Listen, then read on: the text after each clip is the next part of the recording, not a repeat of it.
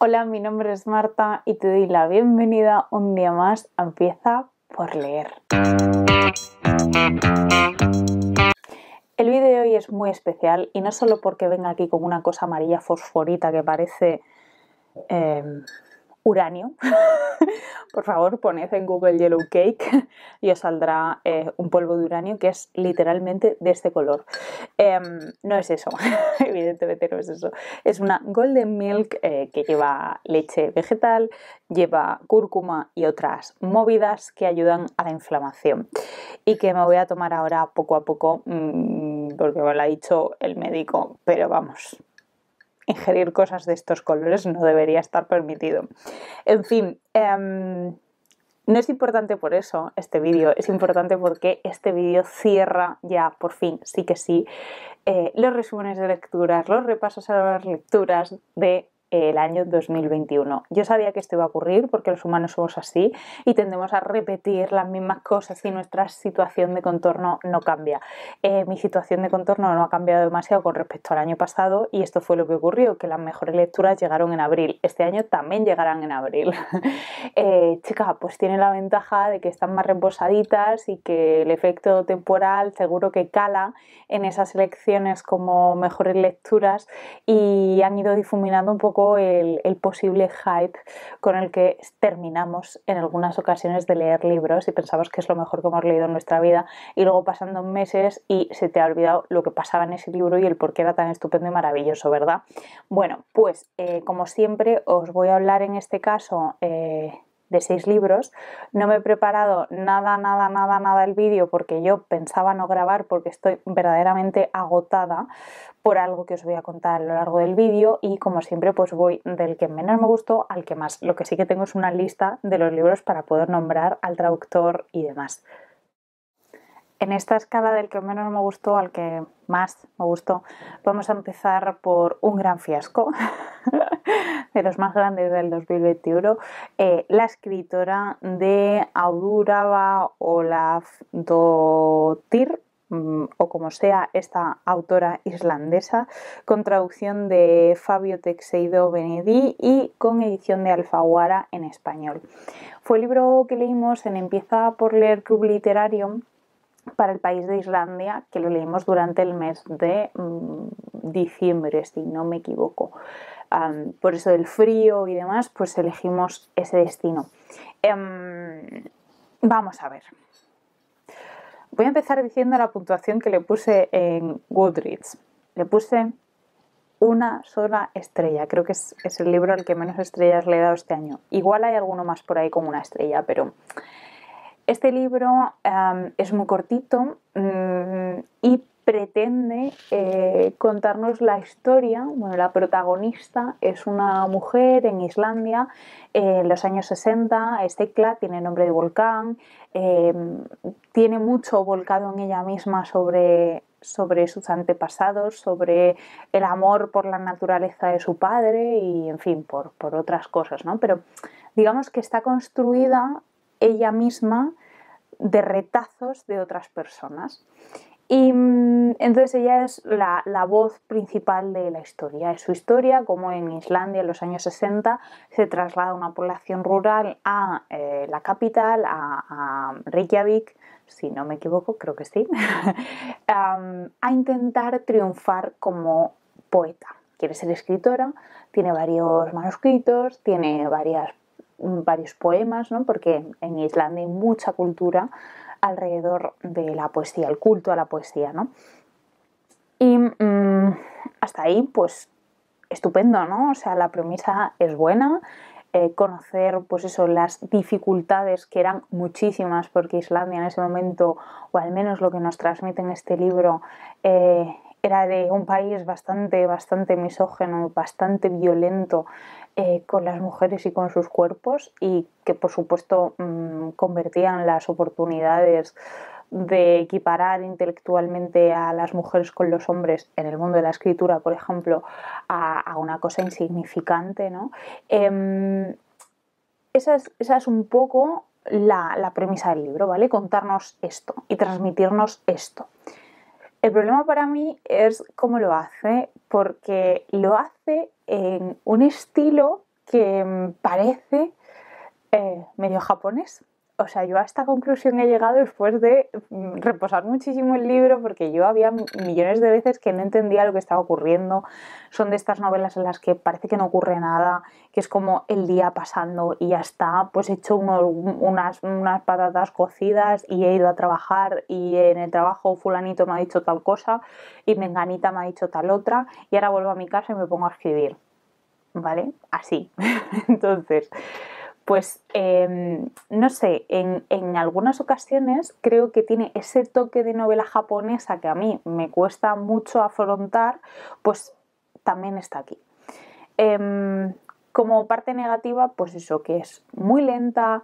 En muchas ocasiones la protagonista a mí me caía fatal, pero fatal.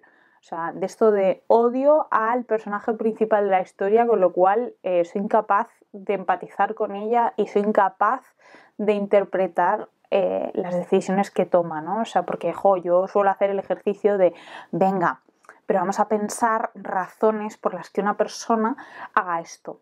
Pues chica, a mí no se me ocurrían. A mí no se me ocurrían.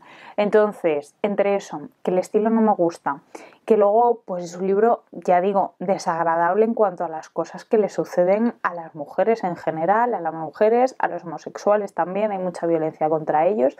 Y es una novela muy triste. Que no diga que lo triste no tenga que tener un hueco también en nuestra vida, que hay que aceptar todas las emociones, pero es excesivamente decadente, excesivamente gris. Se habla mucho también sobre pues, la depresión, sobre el consumo de alcohol y bueno, en general es un libro muy deprimente que no recomiendo a nadie. Allá vosotras, si os apetece leerlo, pues oye, encantada de saber qué pensáis sobre este libro. Os advierto que en el grupo no gustó mucho en la lectura conjunta. Yo es que me descolgué un poco porque no soportaba a esta mujer y entonces me ponía de malos humos cada vez que me ponía a leerlo. Vamos con el segundo libro, que fue Retrato de un asesino, Crimen en Navidad, de Anne Meredith y que tiene traducción de Daniel de la Rubia Ortiz y que publica Alba. Este libro yo lo leí con intención de ambientarme un poquito en la Navidad y demás. Es un clásico de misterio y tampoco me entusiasmó demasiado. Ok para pasar un rato, pero casi que prefiero ver una película o una serie a haber leído este libro. ¿Por qué? Pues de nuevo porque no conecté nada con el protagonista, me cayó mal. Y quizá porque el tema del misterio sobre el crimen que se comete pues se difumina mucho. Es un libro bastante original en cuanto a la estructura porque el protagonista que es el asesino, la persona que comete el crimen que aquí sucede, que sucede en Navidad, digamos que es la voz narrativa y lo es desde su cabeza, ¿vale? No es como si estuviese contándole la historia de lo que ha sucedido a un tercero, sino que directamente nosotros lo que hacemos es leer sus pensamientos.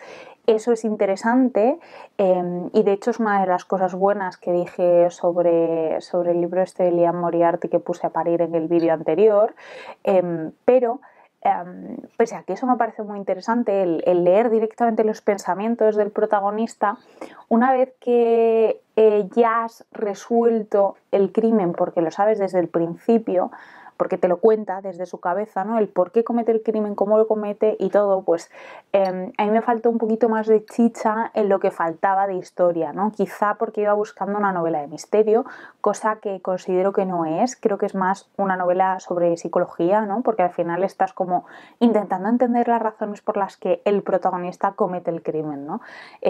O tratando de ver cómo genera una mentira, ¿no? Y cómo intenta manipular a la gente.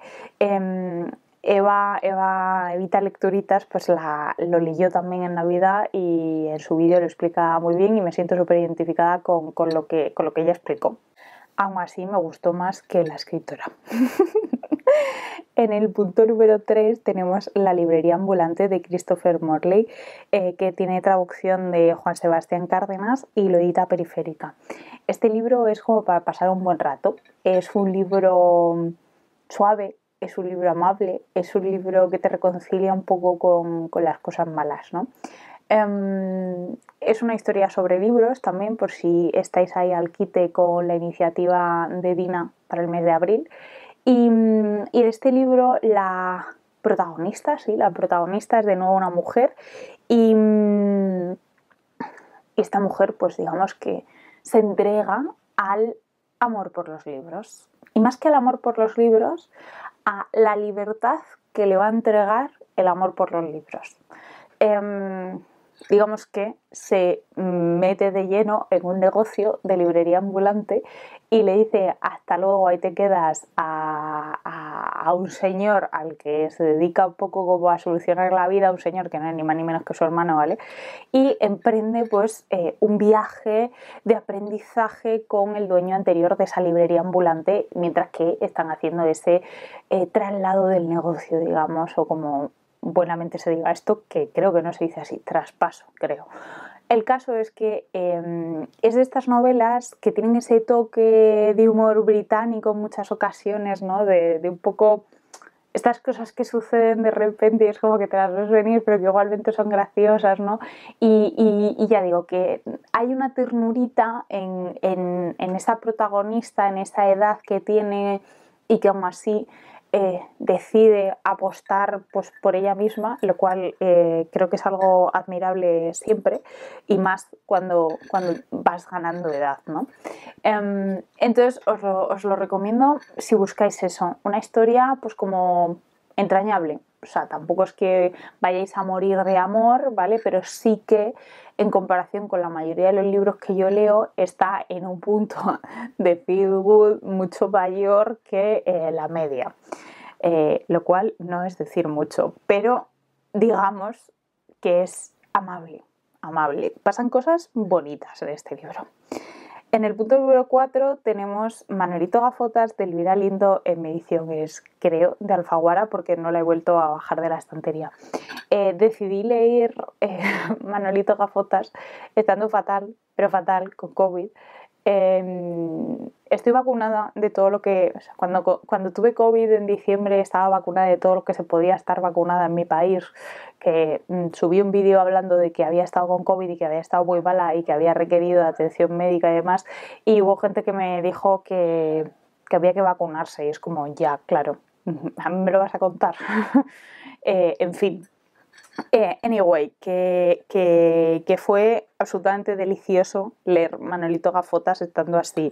Me reí incluso, os estoy hablando de que yo estaba leyendo esto a las 3 de la mañana incorporada en la cama porque no podía respirar, ¿vale?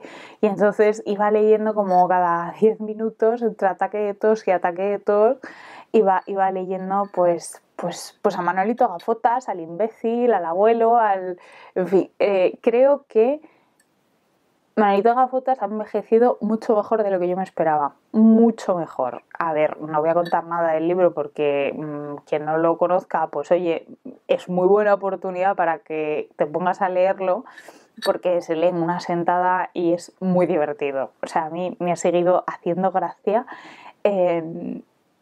y de alguna forma me han dado ganas de continuar leyendo el resto de libros, pero creo que todo tiene su momento y ahora mismo no me apetece. En ese momento en el que yo estaba aquí metida, ahogándome y tal, pensé, tengo que ver o leer algo que me haga evadirme completamente y pensé en Manolito Gafotas y creo que fue muy buena elección. Así que por eso está aquí en un puesto bastante alto dentro del ranking, este mini ranking. ¿Verdad? Os he dicho que os iba a hablar de 6 libros, son 7. El siguiente libro de la lista y que está como a la par con el siguiente es La mucama de Omikunle de Rita Indiana, editado por Periférica.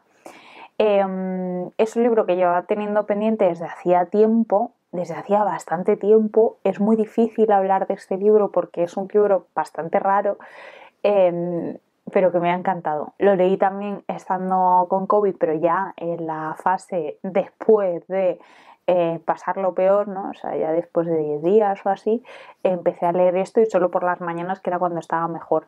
Y la verdad es que creo que es de las mejores situaciones para mí para leer este libro porque es como que me exigía mucha concentración porque no es una historia fácil, pero a la vez Rita Indiana te abraza con la forma de escribir, ¿no? En el sentido de que te lleva con la narración. Es muy muy difícil hablar sobre de qué va este libro y no lo voy a hacer. No lo voy a hacer porque creo que si os vais a animar a leerlo es mejor que sepáis o sea, que no sepáis de qué va. Pero digamos que es un alegato climatológico, o sea, es un libro que para mí defiende mucho un movimiento por la ecología del planeta. También habla mucho sobre drogas, sobre desigualdad social, sobre diferentes formas de ganarse la vida, sobre la posible interacción del futuro en el pasado y en el presente. Y lo hace pues con un tono distópico, porque tiene, más que distópico, de ciencia ficción, diría, tiene ese tono pues que no es realista, ¿vale? Pero sí que tiene otros capítulos en los que sí que tiene ese tono realista, en los que suceden en el pasado. El libro tiene dos líneas temporales y a su vez una de esas líneas temporales se desdobla en dos y yo pensaba que todas esas líneas temporales no iban a ser capaces de confluir en algo y al final todas esas incógnitas que yo me iba planteando a lo largo de la lectura no iban a tener respuesta y la verdad es que terminé como gratamente sorprendida. Creo que Rita Indiana lo hace muy, muy, muy bien. Lo que hace en este libro no es nada sencillo a nivel de escribir, o sea, el gestionar esas 4 líneas temporales y que al final encajen y que tú leas el libro y no te parezca una ida de olla, porque a mí personalmente no me lo ha parecido, seguro que hay gente a la que sí, pero a mí simplemente me parece una flipada, no una ida de olla, que es distinto, al menos como yo lo he vivido, o sea, de una forma como muy gratificante llegar al final, que todo encaje y que al final digas, jope, la vida, la vida, porque al final, bueno, para mí es una historia que gira eso, en torno a la ecología del planeta y, y a cómo todos nosotros podemos tener un papel importante en mejorar la perpetuidad de la salud del planeta y que sea un lugar no contaminado, no tóxico, con recursos naturales no explotados y ya mucho menos, pues eso, contaminados directamente, tóxicos. Y sin embargo, esa postura en la que podemos hacer muchas cosas es muy incómoda. Hay otra postura más fácil y más cómoda. Y eso es lo que viene aquí a decir Rita Indiana, o es lo que a mí me ha dicho. Y me ha encantado, pero también porque tiene muchísimos guiños culturales, o sea, hay muchísima música en este libro, mucho sobre el folclore afrocaribeño, sobre la magia, sobre las palabras incluso que se usan en esos ritos, de ahí el título, por eso el título no resulta tan manejable, ¿no? Y en fin, que me ha gustado muchísimo, que me ha parecido una lectura sorprendente y gratificante a la vez y que me alegro muchísimo de haberme animado por fin a leerlo. En el número 6 tenemos La maldición del tranvía 015 de Jelly Clark, traducido por Pilar Caballeros y Rebeca Cardeñoso, que edita Duermevela. Empecé a leer este libro un poquito en verano, me fui de vacaciones y por no destrozarlo, que me daba mucha penita porque es precioso, pues lo dejé en casa y ya no lo volví a retomar. Y en aquellos días de COVID, que ya estaba viendo un poco la luz, pero que todavía no estaba yo muy mentalmente en forma, pues dije, oye, voy a probar que a lo mejor es buena idea. Y sí, fue buena idea. me gustó mucho porque me reí mucho. Me reí mucho porque tiene toques de ironía constantes. Y bueno, creo que este libro ha salido mucho por vídeos de YouTube. Os recomiendo muchísimo que vayáis a ver la reseña de Eli de Libros Prestados porque es estupenda. Y bueno, nos presenta una historia en la que hay magia, en la que hay un tranvía que está encantado. Y me gustó mucho ver guiños a la cultura armenia y a la cultura turca también, después de haber leído el libro de Elif Shafak, La bastarda de Estambul, en la que pues, parte de ese folclore con los jeans y así está presente en ese libro, y me gustó mucho verlo aquí en La maldición del tranvía 015. Se sitúa en el Cairo, en una... yo no sé esto cómo se llama, este tipo de... no sé cómo se llama, este tipo de literatura. Tiene un nombre, pero se me ha olvidado.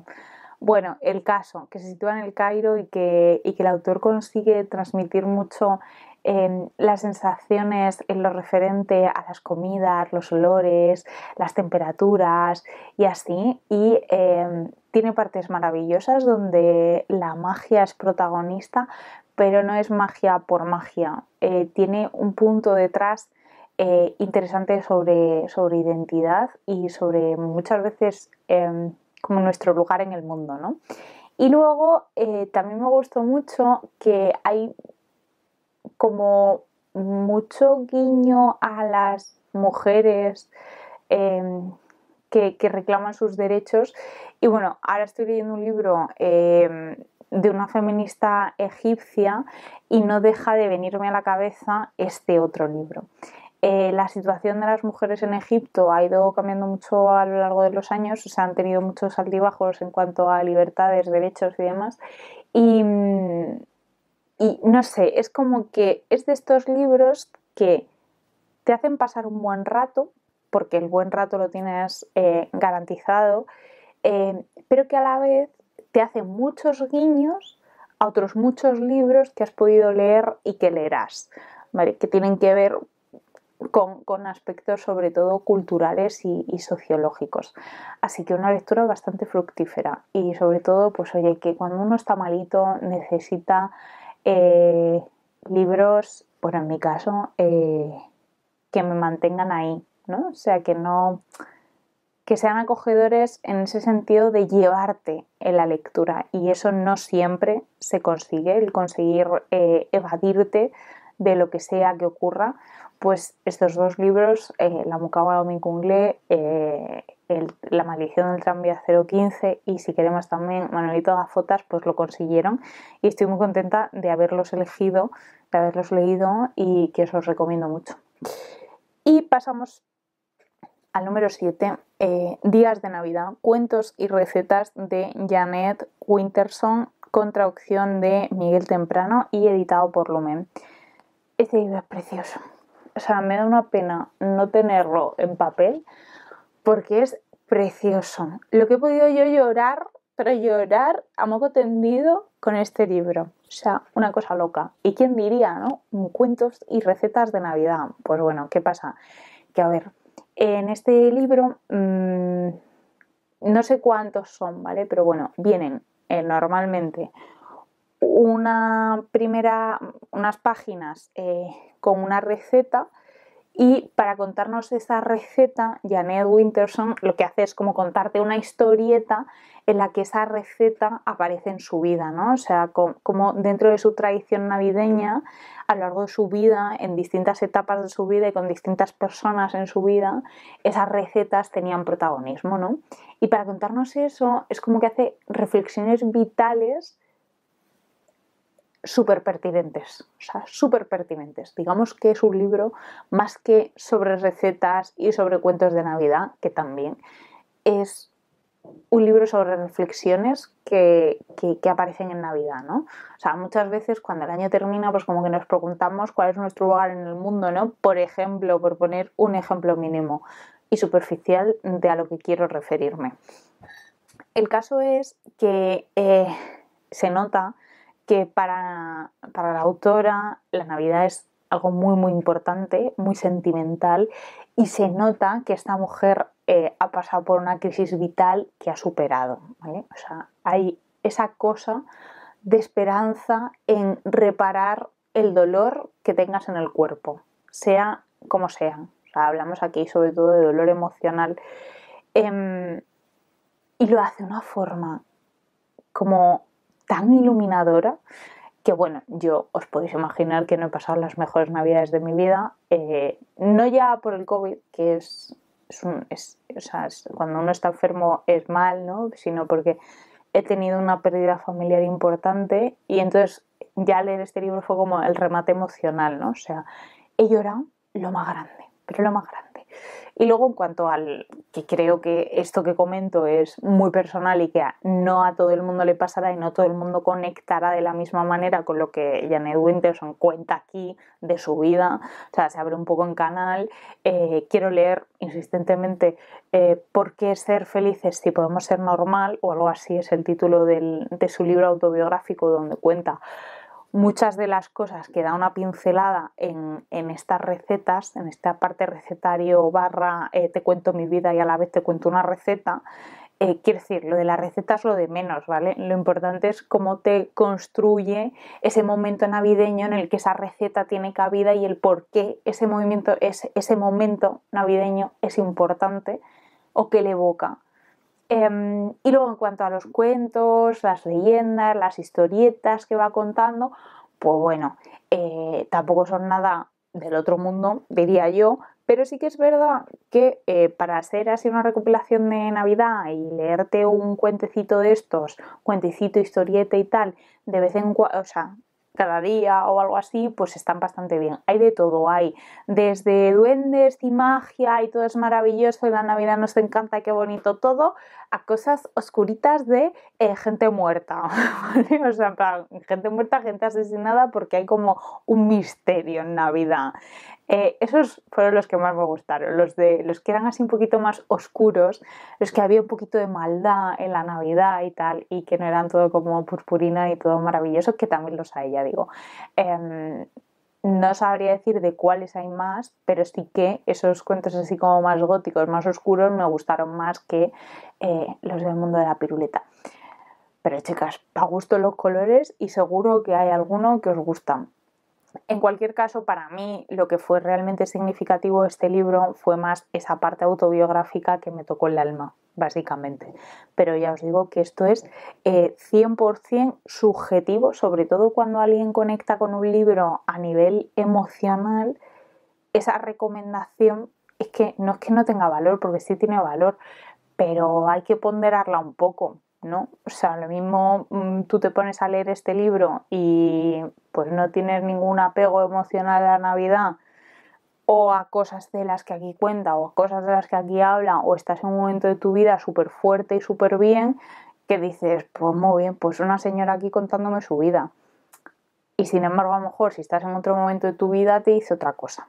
Entonces, pues eso, subjetividad al poder, como siempre, en todos estos vídeos, porque para algo son como mi opinión de los libros que he leído. Y mis idas de olla, porque llevo aquí hablando mucho más de lo que yo pensaba, como siempre me ocurre. Estos son los últimos libros con los que cerré el 2021. Ya veis que un poco enferma, un poco blandita, un poco triste y que mi situación física actual sigue un poco de capa caída. Me ha dejado un poco tocada el COVID y estoy verdaderamente agotada, agotada. Aún así, yo no iba a grabar este vídeo hoy y he dicho, mira Marta, grábalo, si te apetece, estás en un momento en el que tienes que hacer cosas que te apetezcan. ¿No me apetece ir al gimnasio? Pues no voy. ¿Que me apetece grabar? Pues grabo. Básicamente ese ha sido el resumen de la actividad que he cambiado por grabar. En fin, que esos son los libros. Decidme si habéis leído alguno, si os apetecería leer alguno de ellos. Animaos con Rita Indiana, yo creo que se merece que le deis una oportunidad si os causa algo de curiosidad y si estáis abiertos a que os cuente una cosa que hasta al principio no parece que cuadre mucho, pero que luego lo hará. Y nada, que espero que estéis muy bien. Os deseo unas muy, muy felices y serenas lecturas y os doy las gracias por todo el apoyo que me dais a mí, al canal y a todo de corazón. Un abrazo fuerte.